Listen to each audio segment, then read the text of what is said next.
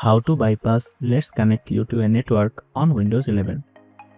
In this video, we will show you how to bypass the internet connection requirement during the initial setup of Windows 11. Let's get started. After reaching on the Let's Connect to Your network screen, press Shift key and F10 key together on the keyboard to open the command prompt. Type the following command: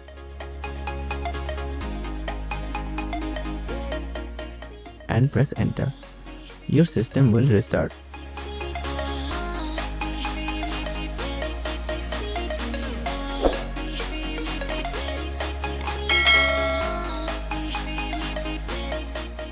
Choose I don't have internet when prompt.